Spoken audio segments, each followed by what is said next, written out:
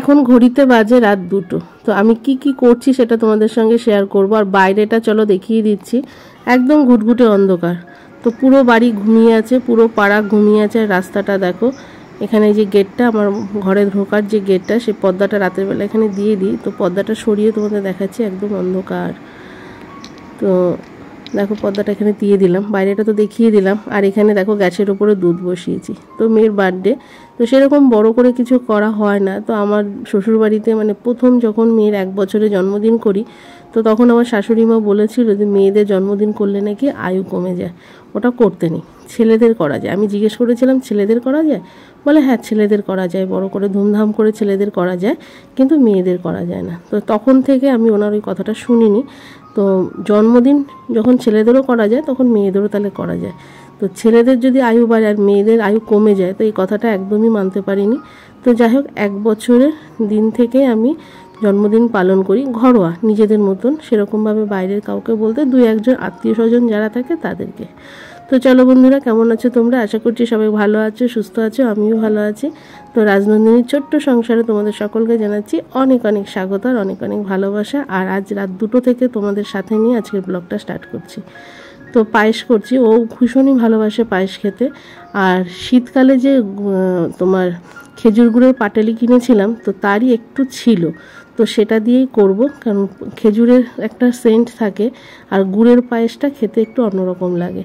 তো সেই জন্যই পাটালিটাও রেখে দিয়েছিলাম যে জন্মদিনে দেবো বলে, মানে পায়েসে দেবো বলে। তো যাই হোক, দেখো পায়েসটা হয়ে গেছে। আর আমার মেয়ে না গরম পায়েস খেতে ভালোবাসে। লোকে বলে ফ্রিজে রেখে দিলে বাসি পায়েস, ঠান্ডা পায়েস এটা খেতে ভালো লাগে। তো ওর আবার উল্টো, ও হলো গরম গরম পায়েস খেতে ভীষণ ভালোবাসে। তো আমি এখন এই যে পায়েস হয়ে যাওয়ার পর একটু তুলে নিয়েছি বাটিতে। তো এখানে তো হলো দেখাচ্ছি এখন ঘড়িতে কটা বাজে। তো ঘুমিয়ে পড়েছে আর সারাটা দিন পড়া থাকে।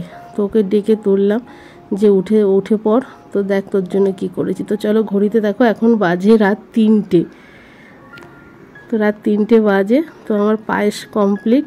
তো সারা রাতই বলতে পারো জাগাই রয়েছি। তো পায়েসটা একটু ঠান্ডা করে দিলাম মেয়েকে, ওর চোখ থেকে তো ঘুমই সরছে না। তাই মানে খাবি বলে হ্যাঁ। তো যাই হোক চলো, আর এখানে ওকে পায়েসটা দিয়ে একটু আমের চাটনিও করে নেবো। তো রাতে কিন্তু আমার সেরকমভাবে কোনো ঘুমই হয়নি। তো নিজে হাতে করলে বেশ একটা আনন্দ লাগে, পরিশ্রম তো হয়, আর তার সঙ্গে খাবার কিছু অর্ডার দেওয়া আছে। আর এখন তো ঘেমে নেই একশের, আমার যে অবস্থা একদম কাহিল, বাপরে বাপ, কিরম লাগছে পাগলের মতন। আজকে রাত জাগবো, 7 দিন পর পর ঘুমোবো।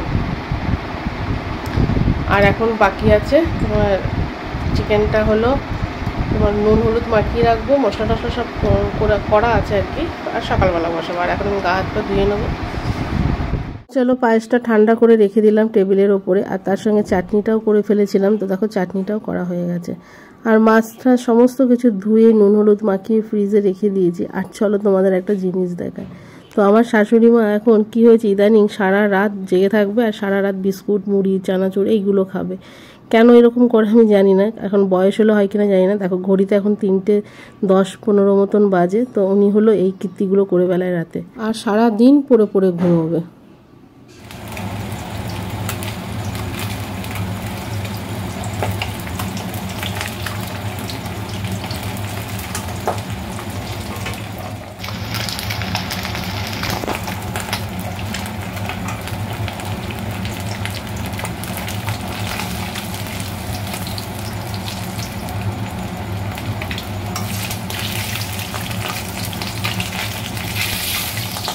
আর এখানে সকালবেলা স্নান টান করে নিয়েছি, স্নান বলতে গা হাত পা ধুয়ে নিয়েছি। রাতে তো সেরকম ঘুম হয়নি। তো সকাল এখন বাজে হলো তোমার 6টা মতন। তো আমরা বিরিয়ানির অর্ডার দিয়েছি। আর এখানে না যে মাছ করছি, একটু আলাদা করে রান্না করছি এই কারণে, কারণ আমার মা বাইরের কোনো খাবার খান না। তো সেই কারণে একটু আলাদা করে করছি। তো মা আসতেই চায় না, কিন্তু দেখো সবাইকে খাওয়াবো।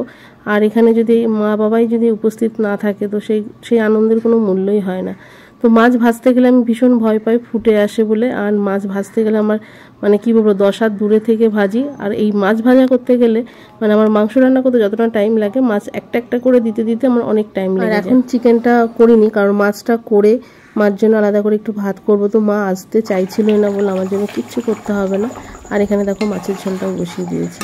তো এটা করে গ্যাস ঠ্যাস সমস্ত কিছু পরিষ্কার করে নিয়ে চিকেনটা করব।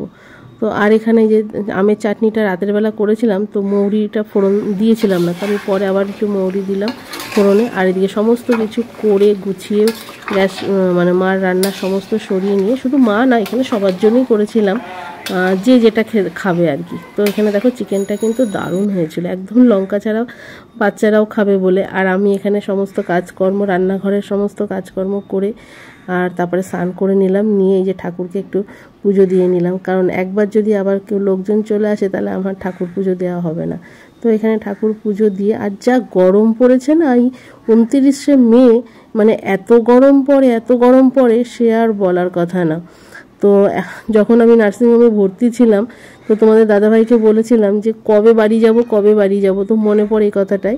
কারণ বলে কি তখন তো ধরো অতটা মানে এসিরও অত সবার ঘরে ঘরে চল ছিল না, তো নার্সিংহোমে ঠান্ডা এসি ছিল, আর আরামে খাওয়া দাওয়া সমস্ত কিছু। তো বলছিল এখানে আছো ভালো আছো, বাড়িতে গেলে আরও কষ্ট। তো প্রত্যেকবার মেয়ের জন্মদিনে বলি করব না, কিন্তু আবার দিনটা আসলে না করলেও ভালো লাগে না। তো চলো, ওর তো পড়া ছিল বুধবার, সকাল থেকে 3টে পড়া কমপ্লিট করে এসছে, আর ওর বাবা এখন পড়া কামাই করলে ভীষণ রেগে যায়।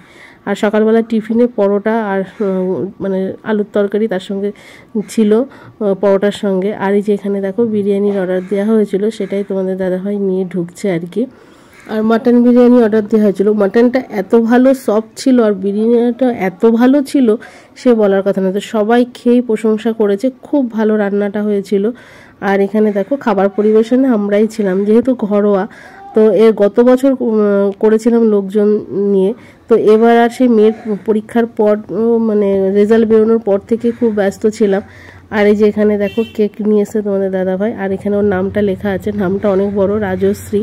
তো এখানে ওর মাসিরা এসছে, তারপরে মেসো ভাইরা, আর ওর তো জগতে 2 ভাই আর 3 ভাই, 2 ভাই বলছি, 3 ভাই রয়েছে। আর ওই যে ওর একটা বান্ধবী, আর সেরকম কেউ নেই। আর আমি তো এখানে সকাল থেকে খুবই ব্যস্ত, আর যে একটা শাড়ি পরবো সেটারই সুযোগ পেয়ে উঠছি না গরমে। কালকে মানে 29 তারিখে যেন গরমের পরিমাণটা খুব বেশি ছিল। তো দেখো এখানে কেক কাটা হবে, এখানে 3 ভাই দাঁড়িয়ে আছে, আর এখানে আমার জায়ের বান্ধবীর ছেলে রয়েছে। তো যাই হোক খুব মজা হয়েছে, খুব ভালো লাগলো, দারুণ আনন্দ লাগছিল। সবাই মিলে একসঙ্গে দুপুরে খাওয়া দাওয়াটা হলো। তো যতই গরম হোক আর যাই হোক, কিন্তু ওই যে একসঙ্গে হই হুল্লা করার যে মজাটা, এটাই কিন্তু একটা অন্যরকম। তো যাই হোক এখানে তোমাদের দাদাভাই খেতে দিচ্ছে, তো খুব ভালো লাগছে। সবাই আশীর্বাদ করো যেন নিজের পায়ে দাঁড়াতে পারে, আর খুব ভালো মনের একটা যেন মানুষ হতে পারে।